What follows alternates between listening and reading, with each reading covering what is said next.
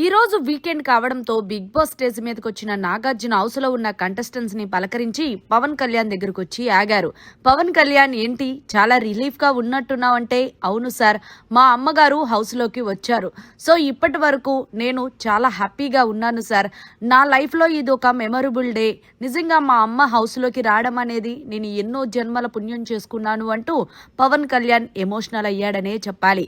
Okay Pawan Kalyan, అమ్మ వచ్చారు, ఆట బాగా ఆడుతున్నారు అన్నారు, అలాగే కప్పు తీసుకొని రమ్మన్నారు. ఓకే, మరి దాని సాయి శక్తులను ట్రై చేస్తున్నావా అంటే, ఎస్ సార్ నేను ట్రై చేస్తున్నాను అంటే, మరి ట్రై చెయ్యాలి, కప్పు ముఖ్యం కదా అంటూ పవన్ కళ్యాణ్ కి చెప్పుకొచ్చారు.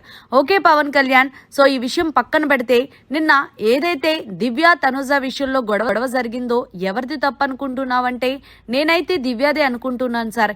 ఎందుకు అంటే దివ్య కొంచెం పర్సనల్ గా తనుజని అటాక్ చేస్తుందేమో అనిపిస్తుంది అంటే, ఓకే నీ ఒపీనియన్ నువ్వు చెప్పవు కాబట్టి సరే పవన్ కళ్యాణ్, నువ్వు ఏదైతే కెప్టెన్సీ టాస్క్ లో ఇద్దరు అమ్మాయిలతో పోటీ చేసావో అది చాలా బాగా ఆడావు.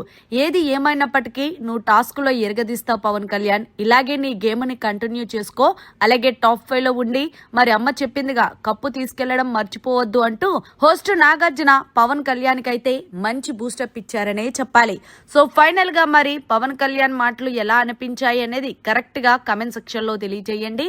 మరిన్ని లేటెస్ట్ లైవ్ అప్డేట్స్ కోసం చూస్తూనే ఉండండి మీడియా కార్నర్.